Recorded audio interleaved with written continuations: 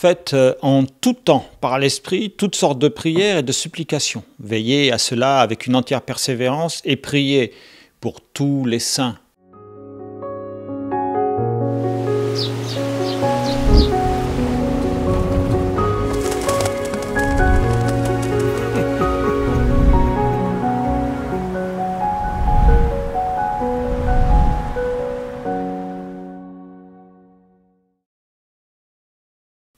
Eh bien oui, l'appel de Paul aux Éphésiens est clair dans ce passage.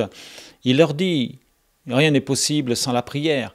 En toute occasion, il faut prier, de toutes les manières possibles. On dit, il est nécessaire de se bénir les uns les autres, car une prière est aussi une bénédiction. Il nous est demandé, à travers le temps, l'époque, nous, êtres humains du XXe siècle, eh bien, de nous fondre aussi dans enseignement et d'appréhender pour nous-mêmes, pour notre existence, pour celle de nos conjoints, de nos familles et aussi des personnes que nous aimons dans les églises, de prier les uns pour les autres, de nous soutenir par diverses bénédictions pour enfin éclairer d'un jour nouveau l'existence de celui qui souffre. Car celui qui souffre est silencieux, parfois a-t-il perdu de vue l'amour de Dieu, parfois il ne sait plus prier lui-même. Alors celui qui prie, pour celui qui est dans le désespoir, l'éclaire de sa foi, afin que la bénédiction qui lui est destinée puisse arriver jusqu'à lui en sécurité.